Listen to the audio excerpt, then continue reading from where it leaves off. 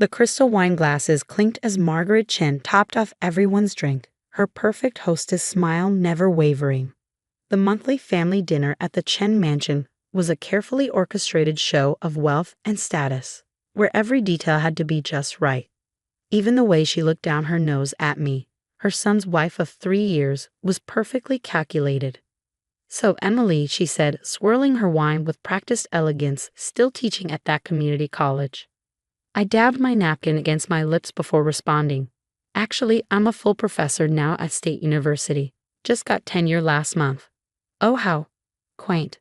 Margaret exchanged knowing looks with her husband Richard, the CEO of Pacific Regional Bank. "Though I suppose someone has to teach the basics to undergraduates." My husband James squeezed my hand under the table. He knew how these dinners went, the subtle digs, the barely concealed contempt for my chosen profession. To the Chen family, success meant only one thing: banking.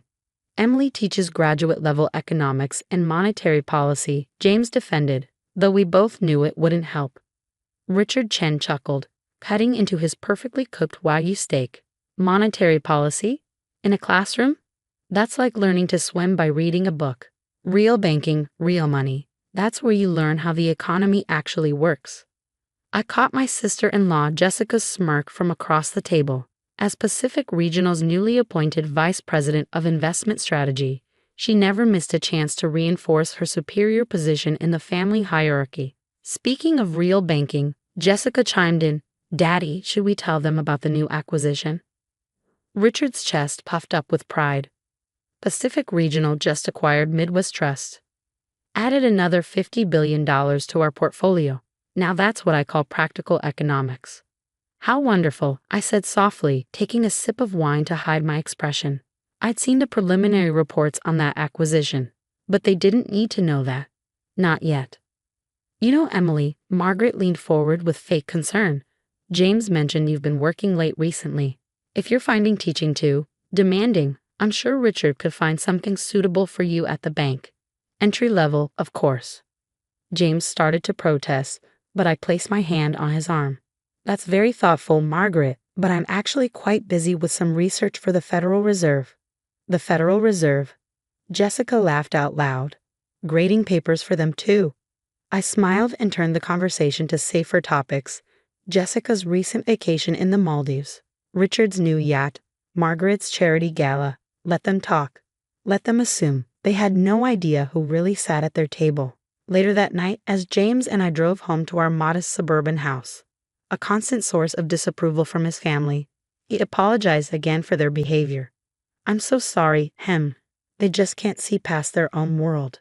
"It's fine," I assured him, checking my phone as another confidential email came in. "Sometimes it's better if people underestimate you." "Still," he sighed, "I wish they could see how brilliant you are. The research you do, the impact you have." I squeezed his hand. James was the only one who knew the full scope of my work, and even he didn't know everything about the report I was finalizing. Back home, in my study, I opened my laptop and returned to the document I'd been working on for the past 6 months. The official letterhead read, "Federal Reserve Special Committee on Banking Stability and Risk Assessment." As lead analyst and committee chair, I've been investigating systemic risks in regional banking systems. What had started as a routine review had uncovered something far more concerning, particularly in certain aggressive West Coast institutions. My phone buzzed, a secure message from Marcus Wong at the Treasury Department. "Dr. Harrison, preliminary findings confirmed. Pacific Regional's exposure worse than initially suspected. Full review needed ASAP." I typed back, "Agreed. Preparing final report now. Meeting still scheduled for Monday." "Yes, 9 a.m. Full oversight committee attendance required."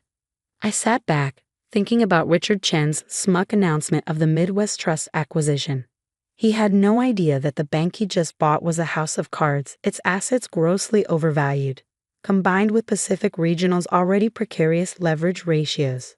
Another message came in, this time from Sarah Martinez at the SEC. "Found those irregularities you flagged in the PR Midwest deal. How soon can you review?" "Sending secure link now," I replied. "Focus on section 7.4, the derivative exposure calculations." I worked late into the night, fine-tuning my analysis. Every number had to be perfect, every conclusion ironclad. Because on Monday morning, I would walk into the Federal Reserve's regional headquarters not as Emily Harrison, the simple professor the Chens dismissed so easily, but as Dr. Emily Harrison, the nation's leading expert on banking system stability. And I would present evidence that their precious Pacific Regional Bank was about to become the biggest banking crisis since 2008. I thought about Margaret's condescending smile, Jessica's mocking laughter, Richard's dismissal of my theoretical knowledge. They thought teaching economics meant I couldn't understand real banking. They were about to learn how theory and practice could collide in devastating ways. My phone buzzed one final time, the Fed chairman's office confirming Monday's emergency session. I sent a quick acknowledgement, then closed my laptop. James was already asleep when I came to bed. As I lay there in the darkness, I couldn't help but wonder how the Chens would react when they realized that the professor they'd looked down on for so long was about to decide their bank's fate. But this wasn't about revenge. This was about protecting the financial system from exactly the kind of reckless behavior Richard Chen had practiced for years, believing his bank was too important to fail, his position too powerful to challenge. Monday would change everything. And somewhere deep inside, a small human part of me looked forward to seeing their faces when they realized who really understood real banking after all. I drifted off to sleep, mentally rehearsing my presentation. In less than 48 hours, the Chens would learn that sometimes the most dangerous person in the room is the one they never bothered to take seriously. And sometimes the best revenge isn't fighting back. It's simply doing your job so well that your enemies destroy themselves. Monday morning dawned clear and crisp. I arrived at the Federal Reserve's regional headquarters at 7:30 a.m., well before the 9 a.m. emergency session. The security guard nodded respectfully as I passed through. No need to check my credentials. As committee chair, I've been practically living here for the past 6 months.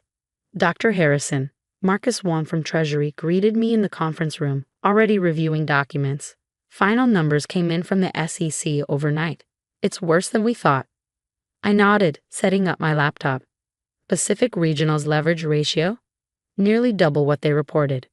The Midwest Trust acquisition was just smoke and mirrors. Sarah Martinez from the SEC joined us, carrying a thick folder. We found evidence of systematic misrepresentation in their risk assessments. Dr. Harrison, your model predicting their vulnerability was spot on. I pulled up my presentation as other committee members filed in. Representatives from the FDIC, the Office of the Comptroller of the Currency, state banking regulators. At 8:45, my phone buzzed with a text from James. Dad just got an urgent call. Heading to Bank HQ. Everything okay? I replied simply, turn on CNBC in about an hour. At precisely 9 a.m., the doors opened and Richard Chen strode in, flanked by his executive team and lawyers. The confidence drained from his face as he saw me sitting at the head of the conference table. Emily? What are you? This must be a mistake.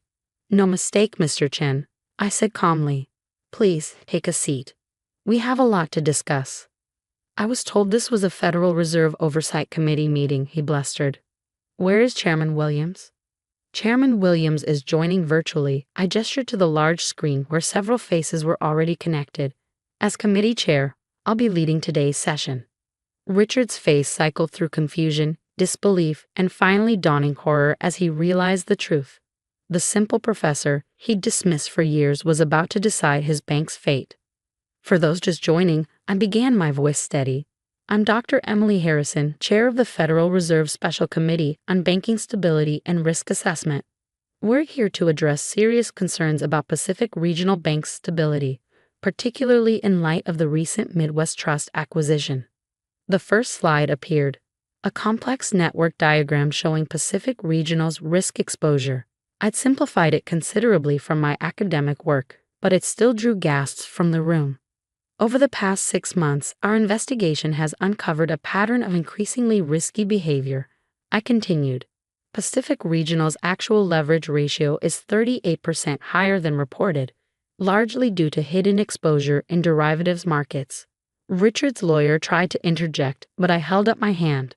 Please hold questions. We have a lot to cover. For the next hour, I methodically laid out everything we'd found. The creative accounting that hid true risk levels. The Midwest Trust acquisition that was supposed to shore up their balance sheet but actually made things worse. The derivatives trades that could trigger a cascade of failures across multiple institutions. In conclusion, I said, changing to the final slide, Pacific Regional's current position represents an unacceptable risk to the banking system. This committee recommends immediate regulatory intervention, including temporary suspension of trading in PR stock, restructuring of the executive team, and a detailed audit of all positions. Richard finally found his voice. This is absurd. You can't. You're just a professor. Dr. Harrison, Chairman Williams spoke from the screen, is one of our most respected banking systems experts. Her models predicting the 2008 crisis are now standard teaching tools at Harvard Business School.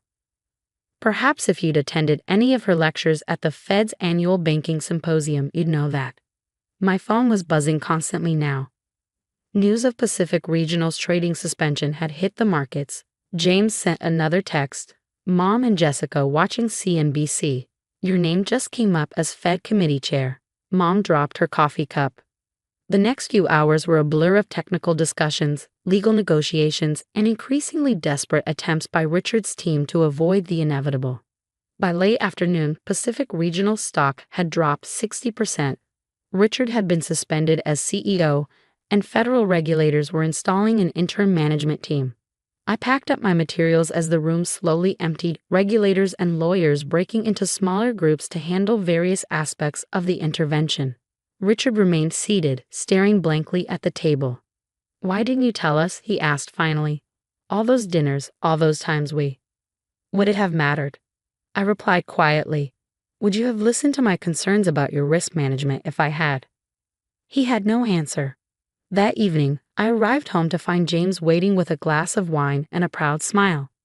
You were amazing, he said, pulling up video clips of various financial news channels discussing the dramatic intervention led by banking expert Dr. Emily Harrison.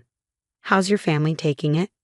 He laughed. Mom called 5 times, trying to explain that she always knew you were smart and just wanted to push you to reach your potential. Jessica hasn't said a word, but she took down all her social media posts about being VP at PR. I sighed, kicking off my heels. You know, this isn't how I wanted things to play out. The bank's problems were real. They needed to be addressed.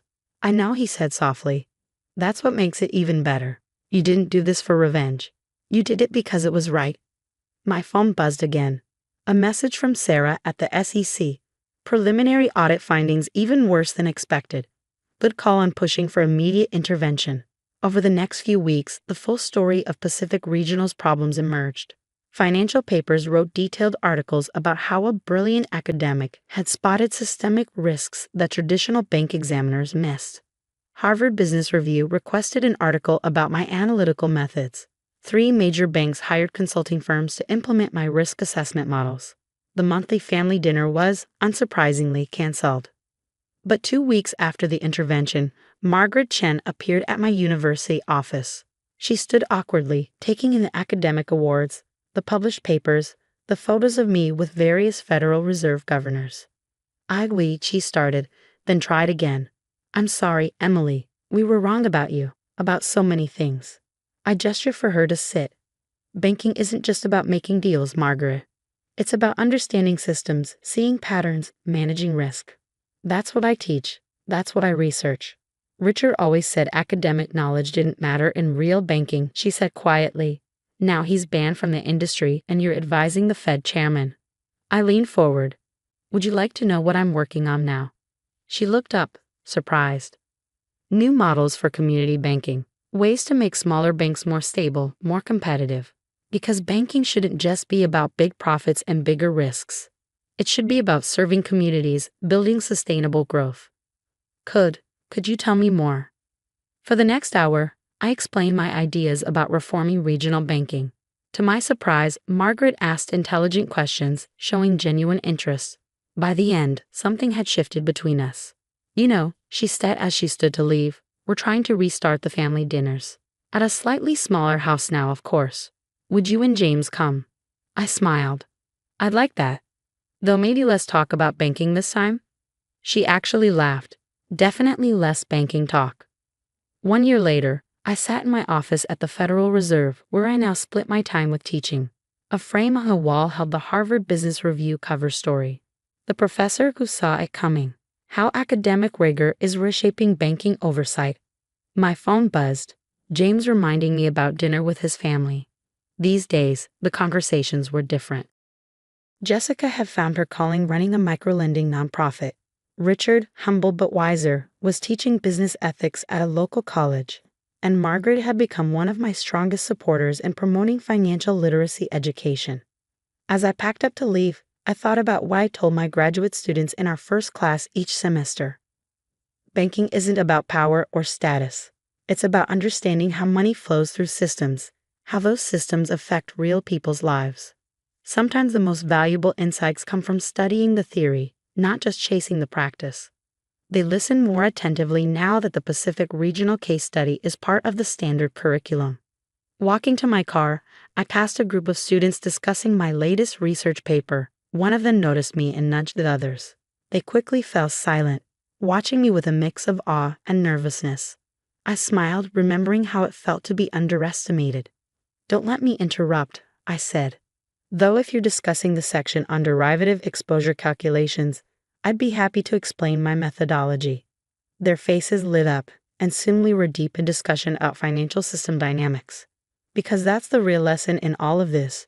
True expertise isn't about titles or power or family connections. It's about understanding, about seeing the patterns others miss, and about using that knowledge to make things better. Sometimes the best revenge isn't about proving others wrong. It's about proving yourself right in ways that help everyone, even those who never believed in you in the first place. That's not just a lesson in banking, that's a lesson in life.